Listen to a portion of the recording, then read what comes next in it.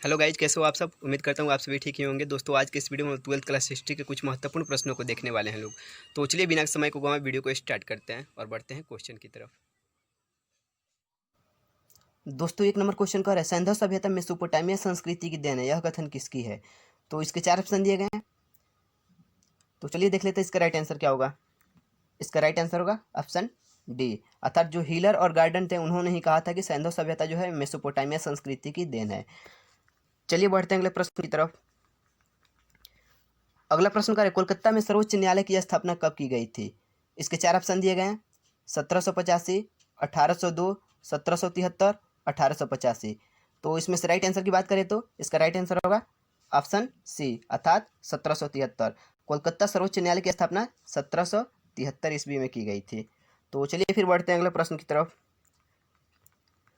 अगला प्रश्न क्या है, संथाल विद्रोह कब हुआ था। इसके 4 ऑप्शन दिए गए हैं, 1855, 1851, 1793 और 1502। तो इसमें से राइट आंसर की बात करें तो इसका राइट आंसर होगा ऑप्शन ए, अर्थात संथाल विद्रोह 1855 ईस्वी में हुआ था। तो चलिए फिर बढ़ते हैं अगले प्रश्न की तरफ।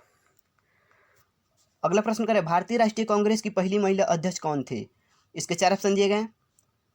तो इसमें से राइट आंसर की बात करें तो इसका राइट आंसर होगा ऑप्शन डी, अर्थात एनी बेसेंट। जो एनी बेसेंट थी वो भारतीय राष्ट्रीय कांग्रेस की पहली महिला अध्यक्ष थी।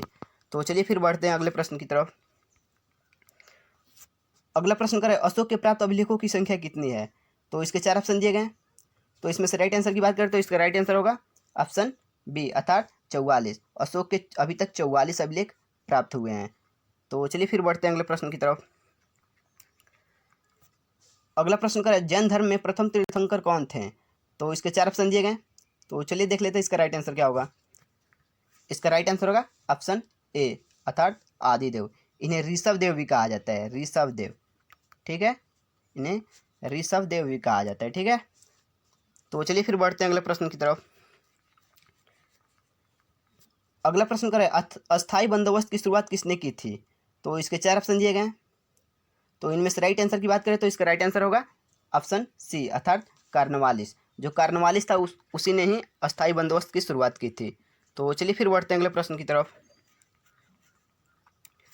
अगला प्रश्न कर रहा है, पुर्तगालियों ने गोवा पर अधिकार कब किया था। क्वेश्चन कर रहा है, पुर्तगालियों ने गोवा पर अधिकार कब किया था। तो इसके 4 ऑप्शन दिए गए।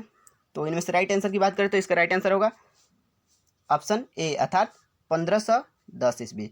1510 ईस्वी में पुर्तगालियों ने गोवा पर अधिकार किया था। तो चलिए फिर बढ़ते हैं अगले प्रश्न की तरफ।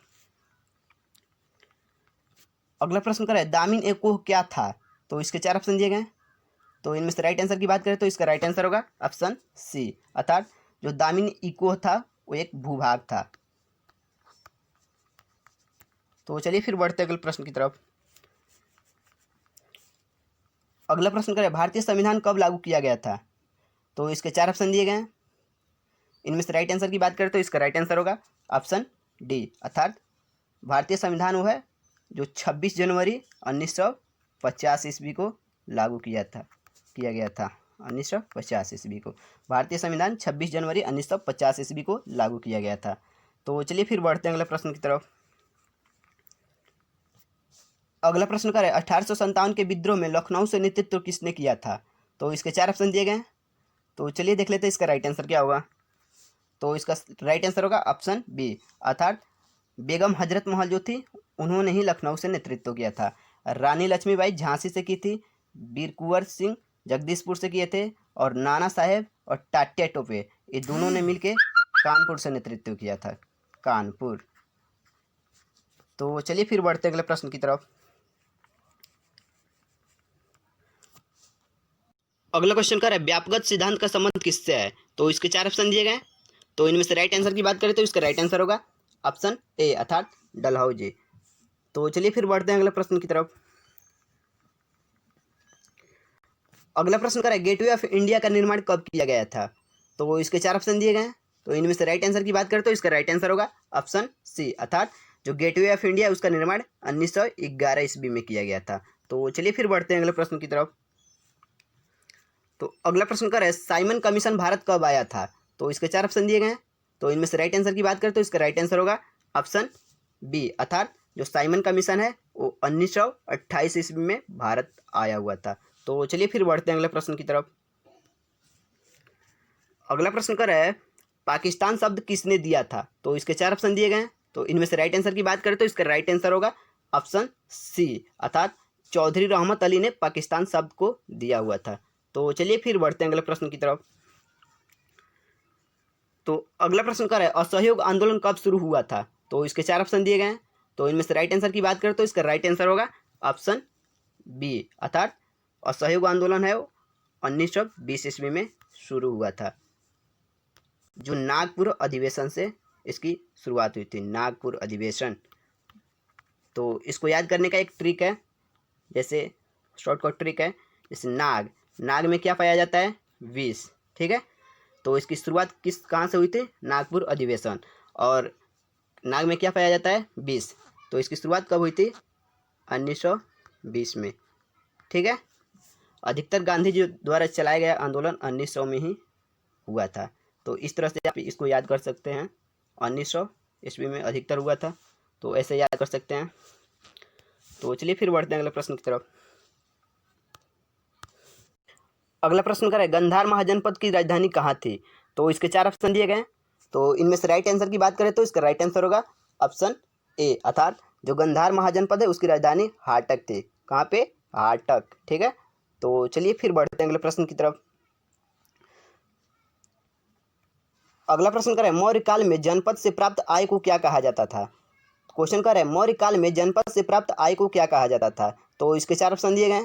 तो इनमें से राइट आंसर की बात करें तो इसका राइट आंसर होगा ऑप्शन डी, अर्थात जो मौर्य काल में जनपद से आय प्राप्त होता है उसको राष्ट्र कहा जाता था। क्या? राष्ट्र। मौर्य काल में जनपद से प्राप्त आय को राष्ट्र कहा जाता था। तो चलिए फिर बढ़ते हैं अगले प्रश्न की तरफ।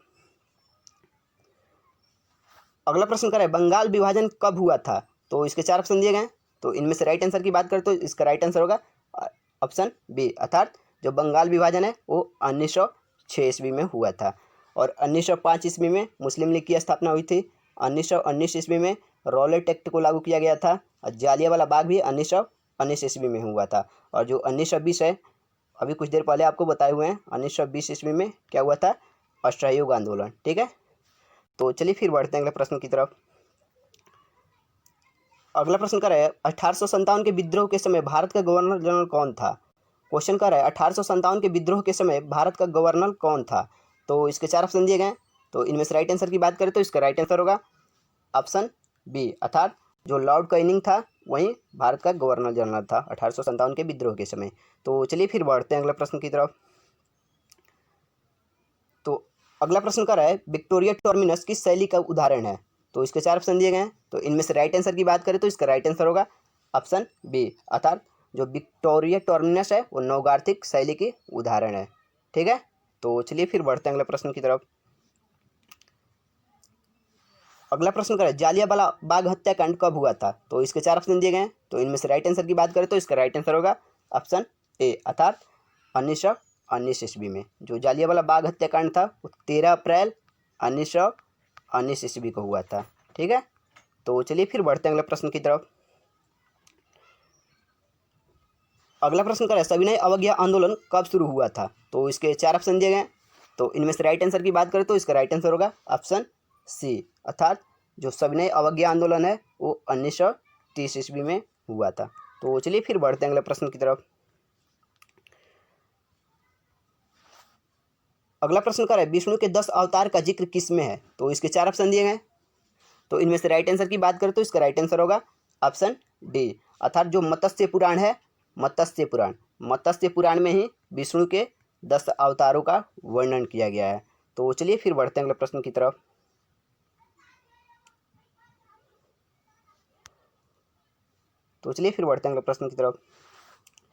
अगला प्रश्न कर रहा है 1919 के अधिनियम को क्या कहा जाता था? क्वेश्चन कर रहा है 1919 के अधिनियम को क्या कहा जाता था? तो इसके 4 ऑप्शन दिए गए। तो इनमें से राइट आंसर की बात करें तो इसका राइट आंसर होगा ऑप्शन सी, अर्थात 1919 का जो अधिनियम है उसको मॉन्टेग्यू चेम्सफोर्ड सुधार अधिनियम कहा जाता था, मॉन्टेग्यू चेम्सफोर्ड सुधार अधिनियम। तो चलिए फिर बढ़ते हैं अगले प्रश्न की तरफ। अगला प्रश्न कर रहा है स्वतंत्र भारत के प्रथम राष्ट्रपति कौन थे? तो इसके 4 ऑप्शन दिए गए हैं। तो इनमें से राइट आंसर की बात करें तो इसका राइट आंसर होगा ऑप्शन बी, अर्थात जो राजेंद्र प्रसाद थे वो स्वतंत्र भारत के प्रथम राष्ट्रपति थे, और जो पंडित जवाहरलाल नेहरू हैं वो प्रथम प्रधानमंत्री थे। ठीक है, तो चलिए फिर बढ़ते हैं अगले प्रश्न की तरफ। अगला प्रश्न कर रहा है 1857 के विद्रोह के में कानपुर से नेतृत्व किसने किया था। क्वेश्चन कह रहा है 1857 के विद्रोह में कानपुर से नेतृत्व किसने किया था। तो इसके 4 ऑप्शन दिए गए, तो चलिए देख लेते हैं इसका राइट आंसर क्या होगा। तो इसका राइट आंसर होगा ऑप्शन डी, जो नाना साहेब थे उन्होंने ही कानपुर से नेतृत्व किया था। ठीक है, तो चलिए फिर बढ़ते हैं अगले प्रश्न की तरफ। अगला प्रश्न कर रहा है अशोक के किस अभिलेख में कलिंग युद्ध का वर्णन है। तो इसके 4 ऑप्शन दिए गए हैं, तो इनमें से राइट आंसर की बात करें तो इसका राइट आंसर होगा ऑप्शन ए, अर्थात जो अशोक का 13वां अभिलेख है ना, उसी में कलिंग युद्ध का वर्णन हुआ है। अशोक के 13वें अभिलेख में कलिंग युद्ध का वर्णन है। तो चलिए फिर बढ़ते हैं अगले प्रश्न की तरफ। अगला क्वेश्चन कह रहा है अशोक ने कलिंग पर आक्रमण कब किया था। क्वेश्चन कह रहा है अशोक ने कलिंग पर आक्रमण कब किया था। तो इसके 4 ऑप्शन दिए गए हैं, तो इनमें से राइट आंसर की बात करें तो इसका राइट आंसर होगा ऑप्शन डी, अर्थात 261 ईसा पूर्व उसने कलिंग पर आक्रमण किया था। तो चलिए फिर बढ़ते हैं अगले प्रश्न की तरफ। तो देखिए लास्ट क्वेश्चन था। अब एक आपको ट्रिक बता रहे हैं हम, जैसे मुगल शासकों का क्रमबद्ध तरीके से बताएंगे, किसके बाद कौन आया और किसके बाद कौन आया। ठीक है, ऐसे बताएंगे। उसका ट्रिक है भाजसा बी। ठीक है, जैसे भाजसा का मीनिंग होता है BHAJSA और बी का बी रह जाएगा। ठीक है, तो देखिए बी से हो जाएगा आपका बाबर। ठीक है, एस से हो जाएगा हुमायूं, ए से हो जाएगा अकबर, जे से हो जाएगा जहांगीर, यस से हो जाएगा शाहजहां, ए से हो जाएगा औरंगजेब, और लास्ट में भी है उससे बहादुर शाह जफर। मुगल जो सब शासक थे उनमें से सबसे लास्ट था बहादुर शाह जफर। ठीक है, तो इस तरह से आप उसको क्रमबद्ध तरीके से याद रख सकते हैं आसानी से। ठीक है, ऐसे ही आप जैसे ट्रिक के माध्यम से बहुत ही आसानी से याद कर सकते हैं। तो उम्मीद करता हूँ आपको यह वीडियो पसंद आई होगी। अगर पसंद आई हो तो प्लीज़ इस वीडियो को लाइक कर दीजिएगा तथा चैनल को सब्सक्राइब कर बेल आइकन को दबा दीजिएगा, ताकि मैं जो वीडियो अपलोड करूँ उसका नोटिफिकेशन आपको सबसे पहले मिलता रहे। तो चलिए फिर मिलते हैं अगले वीडियो में, तब तक के लिए बाय, टेक केयर।